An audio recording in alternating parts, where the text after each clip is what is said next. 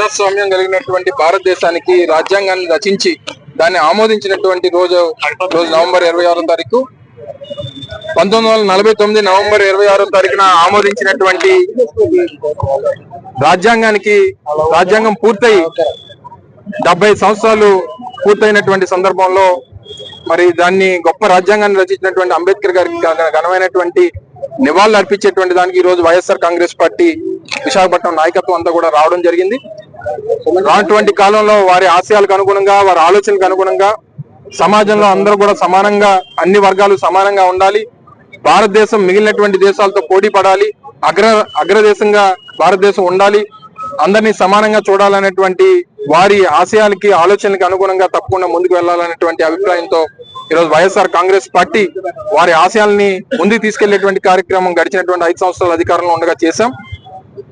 వారి చిహ్నంగా దాదాపు 150 అడుగుల విగ్రహాన్ని విజయవాడ నడిబొడ్డున దేశంలోనే అతిపెద్ద విగ్రహాన్ని స్థాపించి వారికి గౌరవాన్ని ఇచ్చేటువంటి కార్యక్రమాన్ని చేశాం.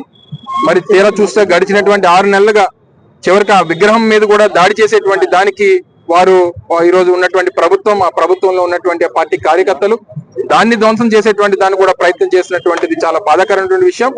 ఈ రోజు అంబేద్కర్ గారి రాజ్యాంగాన్ని పాటించాలనేటువంటి ఆలోచన గాని, దాన్ని పరిగణలో తీసుకునేటువంటి ఆలోచన గాని ఈ రోజు ఇప్పుడున్నటువంటి ప్రభుత్వానికి లేకపోవడం, గడిచినటువంటి 6 నెలలుగా లోకేష్ రచించినటువంటి రెడ్ బుక్ రాజ్యాంగాన్ని పాటిస్తాం తప్ప అంబేద్కర్ గారి రాజ్యాంగం ఈ రాష్ట్రంలో ఉపయోగించడానికి వీల్లేదు, దాన్ని పాటించడానికి వీల్లేదు అనేటువంటి ప్రభుత్వం తాలూకా వైఖరి చాలా బాధాకరం. దాన్ని తీవ్రంగా ఖండిస్తా ఉన్నాం.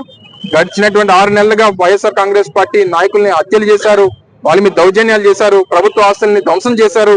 ఈరోజు అనేక రకాలుగా దుష్ప్రచారం చేస్తా ఉన్నారు. ఇన్ని రకాలుగా జరుగుతున్నటువంటి దుష్ప్రచారాన్ని తప్పకుండా ప్రతిపక్షంగా వైఎస్ఆర్ కాంగ్రెస్ పార్టీ అండగా నిలబడుతుంది, ప్రజలకు అండగా నిలబడుతుంది, ప్రభుత్వాన్ని ప్రశ్నిస్తూనే ఉంటది. సోషల్ మీడియాకు సంబంధించినటువంటి కార్యకర్తల్ని గొంతెత్తినందుకు వారి మీద కక్షపూరితంగా కేసులు పెట్టి వాళ్ళని రిమాండ్ తరలించి వాళ్ళని భయభ్రాంతులు చేసేటువంటి కార్యక్రమం చేస్తా ఉన్నారు. రానటువంటి కాలంలో వీటన్నిటిని కూడా వైఎస్ఆర్ కాంగ్రెస్ పార్టీ జగన్మోహన్ రెడ్డి గారి నాయకత్వంలో బలంగా ఎదుర్కొంటాం. వారిని అడ్డుకట్టు వేసేటువంటి కార్యక్రమం చేస్తాం. వారి ఎన్నికల్లో ఏదైతే హామీ ఇచ్చారో ఆ ఇచ్చినటువంటి హామీలను నిలబెట్టుకునేటువంటి దిశగా వారి మీద ఒత్తిడి తీసుకుని వస్తాం. ఇప్పటికే వారు పెట్టినటువంటి బడ్జెట్ లో మొత్తం అంతా తేలిపోయింది. ఏ రకంగా ప్రజలను మోసం చేశారు, ఏ రకంగా ప్రజలకు ఇచ్చినటువంటి హామీని ఈ రోజు పక్కదో పట్టించేటువంటి కార్యక్రమం చేస్తారు అనేటువంటివి అన్ని ఉన్నాయి.